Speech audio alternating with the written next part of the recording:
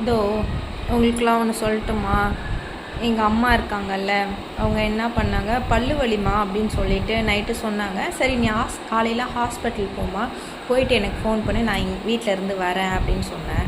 அவங்க என்ன பண்ணாங்க, ஹாஸ்பிட்டல் போயிட்டாங்க. போயிட்டு எனக்கு ஃபோன் பண்ணாங்க. அப்போது நான் சொன்னேன், எனக்கு உடம்பு சரியில்லை, என்னால் வர முடியாது, வெயில் வேறு செம்மை அடிக்குது, நீ வந்துரு, நீ பார்த்துட்டு வந்துரு அப்படி சொன்னேன். சரிம்மா நான் வந்துடுறேம்மா அப்படி சொன்னாங்க. ஒரு 11:30 இருக்கும், 12 o'clock இருக்கும். ஃபோன் பண்ணி அம்மாவுக்கு, அம்மா இந்த தம்பிக்கு ஃபோன் போடுமா, அவன் அப்ராட்டில் இருக்கான், தம்பிக்கு ஃபோன் போடுமா, அவங்கிட்டேருந்து ஒரு வார்த்தை கேட்டுக்கிறம்மா காதால் அப்படின்னு அழுதாங்க.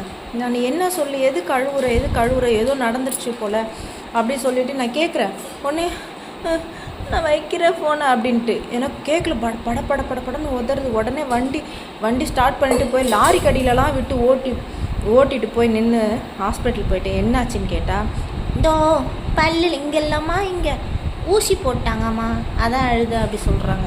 எவ்வளோ வயிற்று தெரியுங்களா, இம்சை தாங்க முடியல அதோட இம்சை.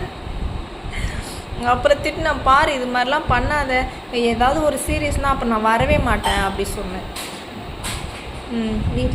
நீங்களே பாருங்கள் கொடுமை, வெயிலில் போய் சுற்றுன்னு சுற்றிட்டு வரேன், ஹெல்மெட் கூட போடல நான் தெரியுங்களா.